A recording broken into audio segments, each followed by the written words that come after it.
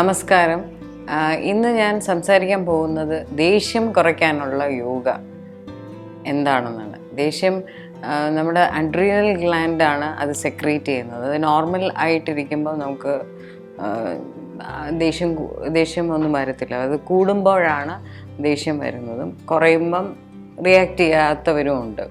അപ്പം ദേഷ്യം കുറയ്ക്കാൻ ഉള്ള യോഗ ആസനം ഏതാണെന്നാണ്. അത് ഒരാസനമുണ്ട്, ശശാങ്കാസനം എന്നാണ് പറയുന്നത്.